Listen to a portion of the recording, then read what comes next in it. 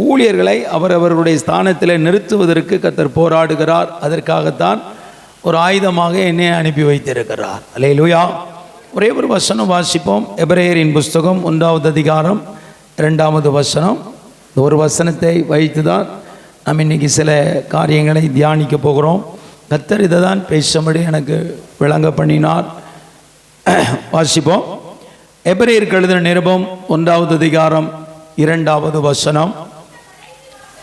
இந்த கடைசி நாட்களில் குமாரன் மூலமாய் நமக்கு திருவிழம் பற்றினார். இவரை சர்வத்துக்கும் சுதந்திரவாளியாக நியமித்தார். இவரை கொண்டு உலகங்களையும் உண்டாக்கினார். தோத்திரம். இயேசுவை பற்றி எபிரேயர் நிருபம் ரொம்ப ஆழமாய் எழுதும். ஒவ்வொரு அதிகாரத்திலும் இயேசுவுக்கு அதிகமாய் முக்கியத்துவம் கொடுத்து பவுல் எபிரேயர் நிருபத்தை எழுதுவார். எபிரேயர் நிருபத்தில் இயேசுவை முக்கியப்படுத்தி எழுத ஆரம்பிக்கும் போது அவர் அழகாக எழுதுகிறார். பிதாவாகிய தேவன் இந்த கடைசி நாட்களில், அல்லேலூயா. எத்தனை வருஷத்துக்கு முன்னாடி எழுதுகிறார்? இது 2000 வருஷத்துக்கு முன்னாடி எழுதும் பொழுதே பவுல் இது என்ன நாள்னு சொல்கிறாரு. அப்போ இப்போ வருது கடைசி நாள்னு சொல்கிறாங்க. அதை நம்ப முடியுமா நம்ப முடியாதான்னு நமக்கு தெரியல. ஏன்னா பவுலுக்குள்ளே இருந்த அதே ஆவியும் அந்த விசுவாசம் இப்போ இருக்குது. அன்றைக்கி பவுல் சொல்கிறான் இந்த கடைசி நாட்களில். அதனால தான் நான் எப்பவும் சொல்கிறேன், உலகத்துக்கு கடைசி நாள் வராது. அல்லேலூயா. இந்த கடைசி நாள் கிருபையின் ஊழியம் முடிகிற கடைசி நாள். ஆமென்.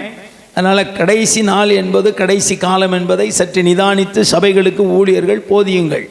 இந்த கடைசி நாள், இப்போ கடைசி நாள், இது கடைசி காலம்னு சொல்லிவிட்டு நீங்கள் தேவையில்லாத ஒரு வார்த்தைகளை சொல்லிவிட்டு வாழ்கிறதுக்கு பணம் பொருள் கேட்டிங்கன்னா அது முட்டாள்தனம். அல்லேலூயா. 6 மணிக்கு சாக போகிறேன்னு தெரிஞ்சுக்கிட்டு 10 மூட்டை அரிசி வாங்கி வச்சா அது முட்டாள்தனம். நீ சாகிறது எத்தனை மணிக்கு சாக போகிற? 6 மணிக்கு சாக போகிறவனுக்கு எதுக்கியா 10 மூட்டை அரிசி? 6 மணிக்கு சாக போகிறான். 10 ஜட்டி, 10 பனியன்னு, 10 பேண்ட்டு, 10 சட்டை வாங்கி வச்சா அது முட்டாள்தனம். நீ சாக போகிறது எத்தனை மணிக்கு? ஒரு காடா துணி வாங்கி வச்சாலும் பரவாயில்ல, சேர்த்தா சுற்றி புதைக்கலாம்.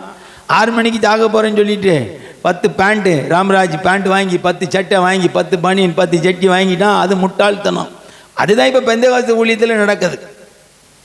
கடைசி காலம் சொல்லிட்டு அவன் பணமும் பொருளும் வாங்கி சொத்து சொகத்தையும் சேர்த்து வச்சுக்கிட்டே இருக்கிறான். இன்னவன் தெரியல எனக்கு. கடைசி காலம்னு பேசும்போது கவனமாக பேசுங்க. ஆமென். கடைசி காலம்னு பேசிட்டு அதுக்கப்புறம் எதுவும் கேட்கக்கூடாது. கடைசி காலம்னு பேசிட்டு அதுக்கப்புறம் எதுவும் கேட்கக்கூடாது. கடைசி காலம்னு பேசிட்டு கொண்டா அப்படின்னா நீ போய் சொல்கிற, ஏமாத்துற, வஞ்சிக்கிற.